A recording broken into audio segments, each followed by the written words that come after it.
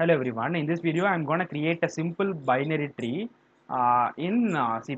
Okay, this is the environment that we are going to work with. Okay, so this is available as onlineutility.com, so you can easily visit and check it out. Check this out. This is an online compiler, or you can always work in any environment you want. If you want, you can install Dev C++ or code blocks if you wish to install, or Visual Studio Code also. All might work, but I'm going to use this because this doesn't need any installation. Okay, you can directly go and access the site. Cache include first of all IOStream, all right, and I'm going to using namespace standard. I'm going to use the standard namespace. Before that, I have to include the this library also stdlib.h in order to use that malloc function, dynamic memory allocation functions. All right. After that, what I have to do is I have to define the structure of the node. Okay, let me say struct node, and it's gonna be int data. What we have seen in the previous video. That's it. I'm not gonna do anything else other than that. Okay, I'll be trying to tell you how to link the nodes. That I will do definitely. Here, the structure and all remains the same, right? Okay. Because in the previous video, I haven't told you how to link the nodes. Okay, I told you how to create nodes, but let me tell you how to link the nodes. Okay, I guess I have given a gist of it, but let me explain it clearly here. All right, so this is going to be our structure. Okay, so first of all, let me open the main function. Let me call it int main. Okay, in C++ only this works, and return 0. Okay, you know about this. Then what I can do is, first of all, I have to follow the same syntax what I tried to explain in the next previous video. This one, right? Actually, this particular code. All right, this statement I'm gonna repeat it for a lot of nodes. All right. So let me say struct node. Let me call the nodes as n1, n2. All right, it will be very easy. So n1, I have to typecast it, and I have to call my malloc function.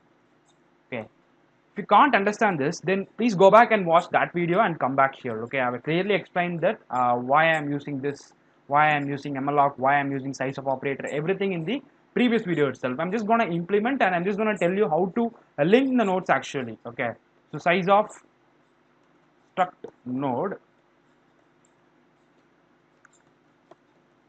n2 equal to struct node. Okay, so I'm gonna copy the same, and I'm gonna do it for n2 also.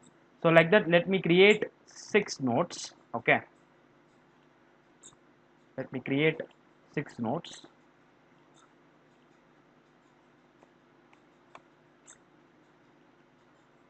Guys, if you're a competitive programmer, in most of the platforms you are not required to create the binary trees from the scratch. Okay, what you're going to do is they will create the binary tree for you. They will give you the pointer to the root of the binary tree. Okay, so they will be creating the binary tree because they are only going to give the input to the program. Okay, they will give you the pointer of this head node only, the root node. Okay, so they will create the binary tree by themselves. You just have to implement the algorithm for the problem which you are solving, right? Since we are gonna implement our own algorithms using this approach only. Okay, so what I'm trying to say here is we will try to implement a binary tree using C++ using this particular code, and we will use this code in order to solve all the problems in trees. Okay, in order to solve all the problems in trees, we will apply this code as an input. Okay, right? So I have created 6 nodes here. Okay, and let me first say that node 1 is going to be connected to node 2 and node 3, and node 2 is going to be connected to node 4 and 5. Node 3 is going to be connected to node 6, and let me create one more node. Okay, don't worry if this confuse you, it's actually very easy. All right, don't worry if it is confusing you. Okay, what I'm trying to say is I'm going to have like this. Okay, let me draw it here. I'm going to have like node 1 is going to be connected to node 2 and node 3. Node 3 is going to be connected to node 4 and node 5. Node 3 is going to be connected to node 6, and node 7, right? So what I'm trying to say is the left pointer of node 2 should be pointing to n4, and right pointer of node 2 should be pointing to n5, and you can apply the same idea for n3 also, right? And for n1 also, right? That is what I'm going to do. Okay, so let me tell you how to link them. Okay, I'm going to link them manually. I'm not going to use any algorithm for it because it's not required. Okay, as I already told you, in most of the platforms you are not required to create the trees. This is just for our um, what I could say, this is just for our analysis. Okay, that's it. Okay, so let me say n1.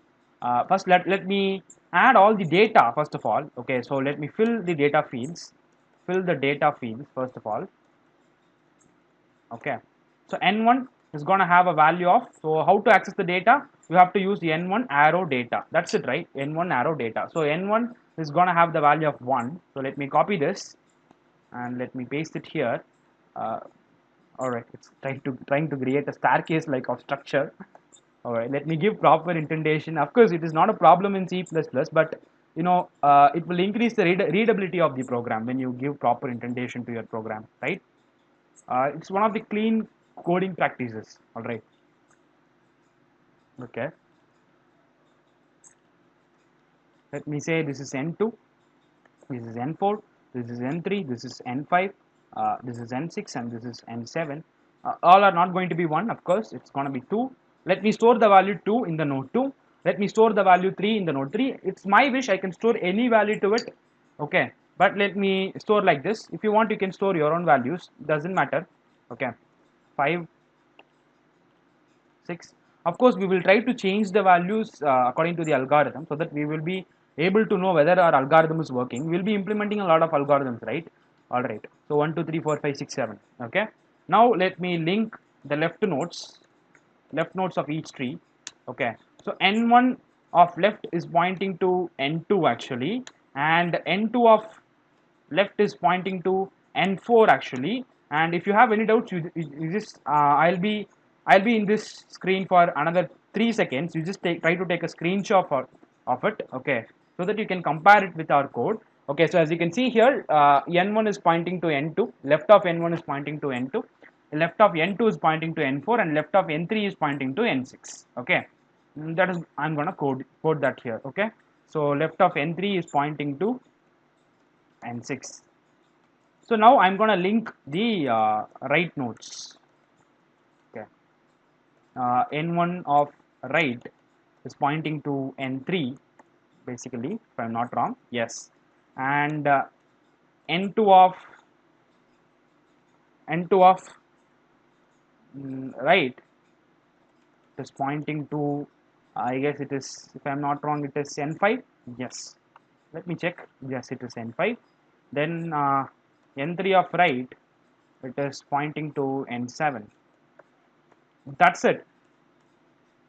Oh, we have created a binary tree using this linked list approach. So we have carefully allocated space for the node. We have carefully filled the data fields, and we have carefully linked the left and right nodes. Okay. All right. One thing to note here is, here also I have to put an asterisk symbol because it's anyway it's again going to be a pointer only, right? Because if I say n1, it's just going to store the address only, right? So because malloc anyway it's going to return address, so it's a pointer. Okay, so n1 n2 all are pointers and they are pointing to a struct node, right? So I have to put this asterisk sign here.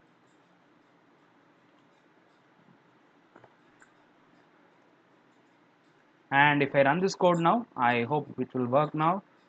Right, let me check. Yes, it's working. The program is finished, so it is showing no errors. But the point here is you won't be able to visualize the data as of now, because for that you have to traverse the tree. If you want to print all the data, you have to traverse the tree properly.